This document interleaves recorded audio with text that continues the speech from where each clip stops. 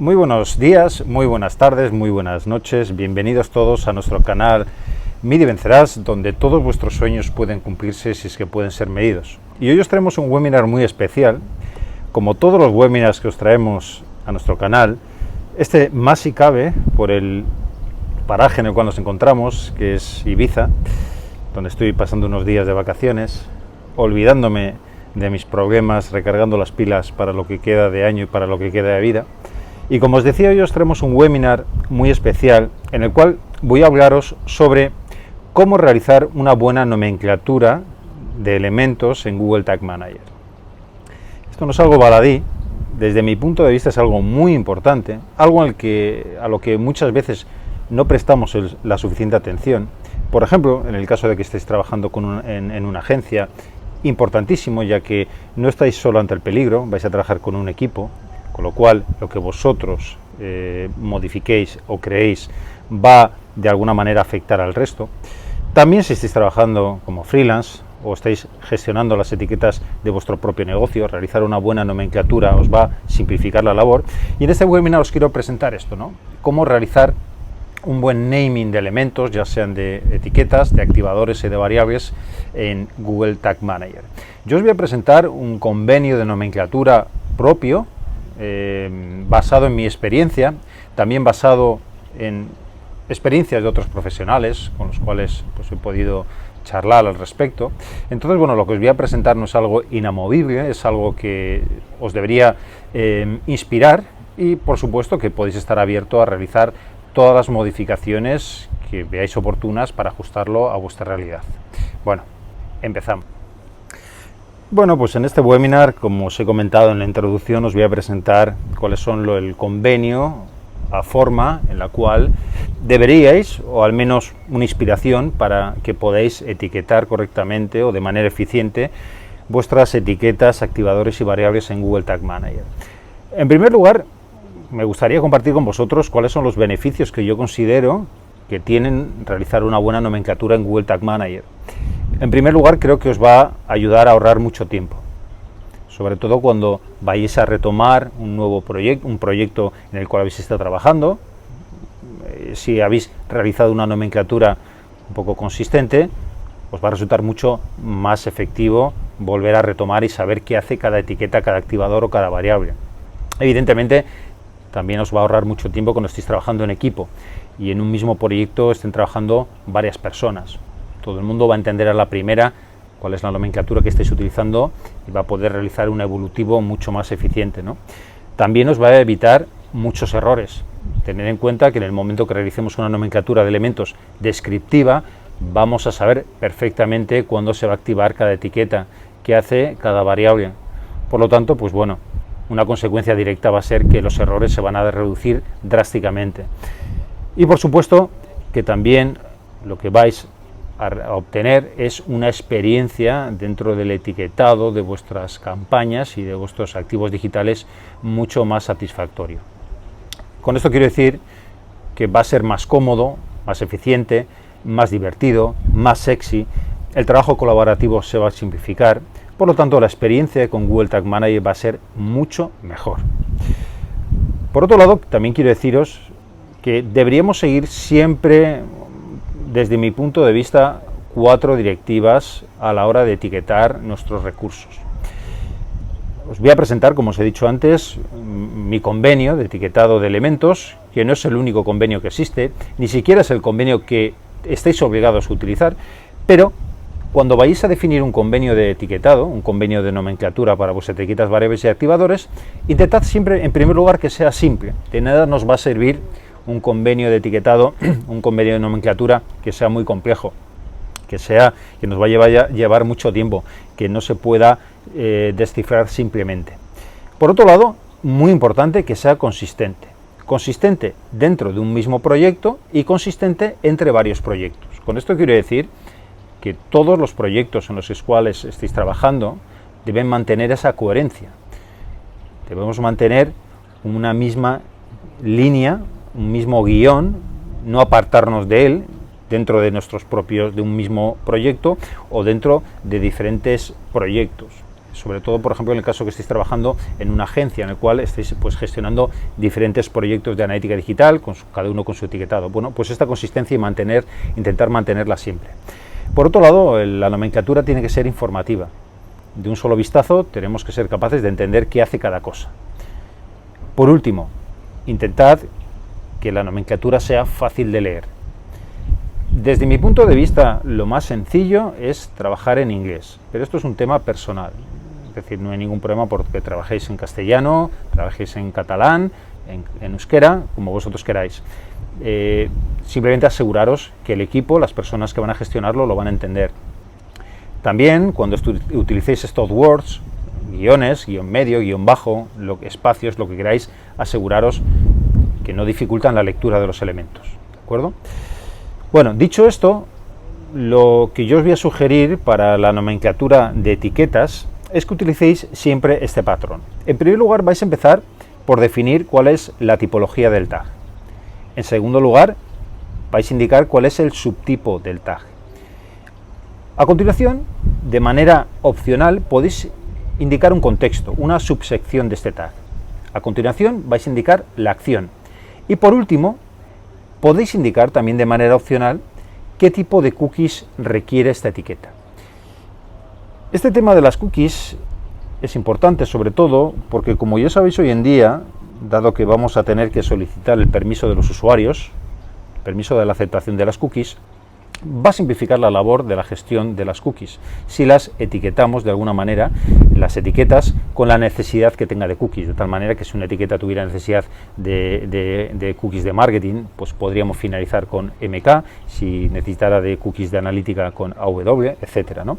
Dicho esto, por ejemplo, aquí os he puesto algunos ejemplos, ¿no? Por ejemplo, vamos a poner que una etiqueta de remarketing de Google Ads, que se va a activar en el checkout al final del proceso de compra o en alguno de los pasos del proceso de compra, podría ser como G-Ads, Google Ads, remarketing, checkout, marketing, porque en este caso requiere de una cookie de marketing. Imaginaos, por ejemplo, una etiqueta de eventos de Google Analytics. Podría empezar como UA, en el caso que sea universal, a continuación event, a continuación podríamos crear una subsección, en este caso, por ejemplo, Enhanced E-Commerce, EEC, a continuación poner un Purchase y a continuación AW porque requiere de analítica digital. Imaginaros un evento similar, en este caso de GA4. Podríamos empezar por GA4, que sería el tipo de tag, a continuación Event, porque es un evento, es una etiqueta de tipo evento, a continuación Download PDF, que es un poco la acción, y AW, ¿no? Por ejemplo, imaginaros que queremos incluir el pixel de Hotjar, y lo estamos incluyendo con un custom HTML, con un HTML personalizado. Pues bueno, podemos empezar como CHTML, custom HTML, a continuación Hotjar y por último AW, ¿no? Pues aquí tenéis una nomenclatura, desde mi punto de vista, sencillo para los tags. Imaginaros ahora que queremos etiquetar nuestros triggers, nuestros activadores. En este caso yo os recomiendo que empecéis siempre de manera análoga con cuál es el tipo del trigger, a continuación que indiquéis cuál es la acción del usuario que activa este trigger y por último, y esto es interesante, en el caso de que sea necesario, que indiquéis a qué dominio o negocio está afectando. Por ejemplo, fijaros, un activador de tipo página vista podría empezar como page view y a continuación order confirmation, es decir, se va a activar cuando se vea la página de confirmación. Imaginaros que queremos crear un activador de tipo evento cuando se realice una compra, event purchase. Imaginaros un scroll de 75%, scroll 75%. Imaginaros que el scroll de 75% solo afecta a el mercado español.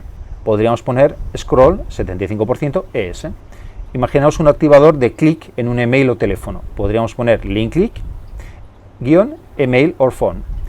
Imaginaros ahora que sería un email, un clic en un enlace a la descripción de un autor dentro del dominio store.com exclusivamente. Podríamos poner link link, author description, store.com. Para las variables, pues de manera análoga podríamos crear una nomenclatura de este tipo. Volvemos a empezar con el tipo de variable, a continuación le indicaríamos un subtipo de variable, opcionalmente si es necesario, y por último una descripción si fuera necesaria. Por ejemplo, para una variable de configuración de Universal Analytics simplemente podríamos dejarlo como UE Settings. Para una variable de configuración de GA4 podríamos poner GA4 Settings. En el caso de una variable que recoja el parámetro gclid de la query string, podríamos poner URL, query string, gclid. Imaginaros una etiqueta, o en este caso una variable, para recoger información de un data layer. Pues podríamos empezar con DL, de data layer, y a continuación podríamos indicar cuál es el elemento del data layer que queremos recoger. Pues por ejemplo podemos poner e-commerce.purchase.actionfield.revenue, en el caso que estuviéramos recogiendo esa información, o podríamos poner postdata.postauthor, en el caso de que estuviéramos recogiendo esta información. Por ejemplo, si realizamos una variable de tipo cookie, first party cookie, para recoger información, podemos poner que es de tipo cookie, guión, por ejemplo, y el valor que estamos recogiendo, XML subscriber, por ejemplo. En el caso que estemos trabajando con una regstable, una tabla de tipo expresión regular, pues podríamos poner regstable y a continuación page hostname to GA ID, porque estaríamos haciendo una conversión, en este caso, por ejemplo, a partir del hostname a un ID de Google Analytics. Imaginaos una variable tipo JavaScript personalizado. Pues bueno, podemos empezar con CJS, a continuación custom tag, que sería un poco la variable que estamos recogiendo, y a continuación una descripción, prevent duplicate transactions, porque la vamos a utilizar para este fin, ¿no? Por último, imaginaos que estamos utilizando una variable tipo JavaScript, podríamos empezar como JS-document-title, simplemente. En el caso de las carpetas y de las versiones, yo también os voy a recomendar que realicéis o utilicéis una nomenclatura eficiente. El uso de carpetas es opcional, no es obligatorio. Desde mi punto de vista, lo más interesante es que creéis una carpeta, en el caso de que queréis hacerlo, indicando o agrupando las etiquetas, las variables y los activadores en base a su propósito, en base al tipo del vendedor o del fabricante, ¿no? Por ejemplo, podríamos crear una carpeta para Analytics, en la cual metiéramos o agrupáramos todos los recursos, todos los assets que estemos utilizando para la medición. Una carpeta, por ejemplo, para marketing, en la cual agrupáramos todos los assets que estemos utilizando para gestionar nuestras campañas de marketing. Podemos crear una carpeta utilities, por ejemplo, para agrupar cualquier etiqueta que estemos generando para realizar, pues bueno, funcionalidades que estén fuera a lo mejor del alcance de la analítica o del marketing. Y podemos crear también una carpeta como others para pues un pequeño cajón desastre, para ir metiendo ahí pues cualquier otra etiqueta, activador o variable que no encontremos ubicación en las anteriores, ¿no? En el caso de las versiones, que es otro de los temas que para mí son muy importantes a la hora de llamar correctamente, yo os pediría que prestarais atención en primer lugar al nombre de la versión y en segundo lugar a la descripción de la versión. En el caso del nombre de la versión, lo más interesante es que pongáis algo sencillo, que incluya los key terms más importantes, que definan de una manera muy escueta y sencilla que incluye esta nueva versión. Evitad dentro de lo que es el nombre de la versión incluir, por ejemplo, el número de la versión, porque ya lo va a incluir por defecto Google Tag Manager. En el caso de la descripción, aquí podemos, en el caso de que sea necesario, la descripción también os diría que es opcional, pero en el caso que sea necesario podemos incluir cualquier aclaración de la versión que estamos publicando. Yo evitaría incluir, por ejemplo, qué elementos estamos añadiendo, pues porque ya se van a incluir y se van a describir por defecto dentro de la versión. Esto va a simplificar mucho la labor de publicación de las versiones y también la labor un poco de volver a una versión anterior, ¿no? Partiendo de esta nomenclatura o de este convenio, yo aquí os he preparado un pequeño diccionario de cómo podríamos, pues bueno, llamar a las diferentes etiquetas, variables y activadores. Es bastante largo. Si estáis interesados en este documento, por favor, dejadme un comentario en este vídeo y os lo iré haciendo llegar por email a cada uno de vosotros. Pero bueno, por poneros algunos ejemplos, ¿no? Pues por ejemplo, en el caso de que estemos trabajando con una etiqueta de Universal Analytics, podríamos ponerle simplemente como tipo de etiqueta UA. En el caso de que sea de GA4, pues podríamos poner GA4. En el caso de que sea una etiqueta de evento de GA4, pues podríamos poner GA4 Event y así sucesivamente, ¿no? Lo mismo para los tags personalizados, con Custom HTML, Custom Images. Aquí tendríamos un poco los third parties, toda la nomenclatura de las diferentes etiquetas que han ido creando los diferentes vendors que tenemos disponibles en Google Tag Manager. También lo mismo para los activadores de tipo página, de tipo click, de tipo User Engagement u otros activadores. Como veis, todos siguen un poco las directrices que os he compartido anteriormente, ¿no? Son simples, son consistentes. La nomenclatura yo la hago en inglés, ya os digo que podéis hacerla en cualquier idioma, pero desde mi punto de vista el inglés tiende a ser más universal y más sencillo de mantener, sobre todo si la gente del equipo pues, se defiende. También tendríamos un diccionario de variables, en el cual pues, bueno, también definimos las diferentes variables, ya sean de navegación, variables de tipo página, elementos, ¿vale? Elementos de página, utilidades o información del contenedor. Bueno, pues esto ha sido todo. Espero que este webinar os haya resultado de mucho interés. Si ha sido así, por favor, no dudéis en compartirlo con vuestros amigos y con vuestros enemigos. Dadle un like si realmente os apasionó y os gustó. No os olvidéis tampoco de suscribiros a nuestro canal MIDI Vencerás para estar al tanto de todas las novedades que estén surgiendo en torno al dato. Y si estáis interesados también en recibir este documento, podéis escribirme, dejar un comentario en este vídeo y os lo enviaré por correo electrónico, ¿de acuerdo? Quiero compartirlo con vosotros, pues para que podáis utilizarlo también en vuestros propios desarrollos. Nada más. Espero que muy pronto podamos seguir viéndonos en los bares para hablar de analítica digital y estas otras cosas del querer. Hasta entonces, sed muy buenos.